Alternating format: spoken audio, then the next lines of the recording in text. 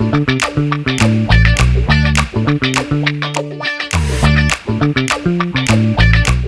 there, it's Time-Lord here. Live long and prosper, may the force be with you. Thank you very much for watching this video. I'm at Center Parcs on holiday with some of my family, and I'm taking a moment out to do some carp fishing, hopefully catch a carp here, but it's quite relaxing anyway. Just thought I would do a quick video to accompany the recent blog I posted about using the light triangle and getting the correct exposure on your camera, on the camera settings. So I'm going to go through them now one by one and just explain to you exactly what they're for as briefly as I can. First one is the aperture, or the F setting. This is numbers like 2.8, 4, 6, 8, 11, 22, 16 and so on, and there are a variety of numbers. And the basic thing to bear in mind is that the higher the numerical value, the less the light comes into the camera, onto the image and exposure.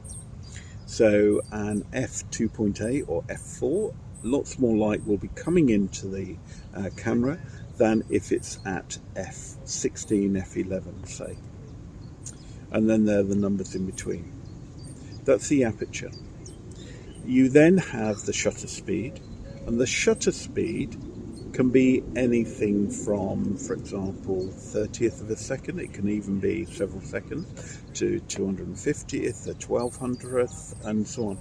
And on this one, the higher the number, the less light is coming in to the camera. The lower the number, the more light is coming in and exposing the image. That is the shutter speed. So a 30th of a second, there'll be more light coming in than a 250th of a second.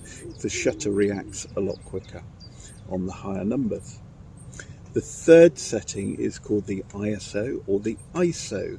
This used to be called the ASA, and it was the speed that the chemicals reacted on a film to light. It used to be in the days of film, you used to have to try and look at the weather and second guess what the weather was going to be and actually select the film accordingly, whether it be 200, 400, 800 or 100 ASA.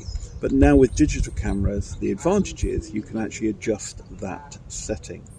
However, in the editing process, there is now some very, very good AI software where you can actually eliminate what's called noise. The new denoise option in Adobe Lightroom, for example, and I've done some videos on that, very short, 60 seconds, shows you that can actually take away quite a bit of the noise. So you can actually push the ISO upwards. So you'd use an ISO, say, at a high level, at a family event, in a dull room where you can't use flash, at a wedding, at a dinner, or whatever, where the light levels are low. And you'd use the lower number of an ISO setting, bright sunny day, use a lower level. But experiment with it. But start with the ISO with the light triangle. Next, you need to think about either the aperture or the shutter speed. Now, the shutter speed is, if it's very fast moving action and you want to freeze it with no blur, then you use a faster shutter speed. But remember, as you use a faster shutter speed, less light comes in, so you need an ISO to be adjusted accordingly. And so basically, if you're letting less light in with a fast shutter speed, your ISO, you may need to think about it being higher. So this is where it starts getting complicated, and the ISO isn't just about the light conditions, it's about your subject matter. But if, for example, you are photographing at a family meal, something like that, then setting your shutter speed at around 125th of a second is about right, because that will freeze most people, or a 200th. So you may need to push your ISO even further up and risk getting noise. If, however, you want to have blurred action, I don't know, your kids playing football, something like that, you want a bit of blurred motion and you're out in the open, then set your shutter speed lower, and then you get a bit of blur while they're running or something like that as well. There are other techniques you can use with the shutter speed we'll go into in other videos. So that's the shutter speed. Then finally the aperture, the third part of the light triangle. The aperture, as I said, is the F setting. Now, as I said earlier, the higher the number, then basically of the aperture, the less light coming in. The lower the number, more light coming in and hitting the sensor. However, if you have a low number, say f2.8, f4, that means what's called your depth of field, the amount in focus of your subject, starts reducing. It's very shallow, what's called shallow. There's a shallow distance. So, for example, f2.8, f4, if you focus your camera on, say, the nose, the amount of focus may only be from about the nose, just in front of the nose, to about the ear of somebody, for example. Whereas if you set it about f8, then basically what's going to be in focus is from in front of the nose, a bit further in front of the face, and behind the back of the head. So again, it depends what you want in focus.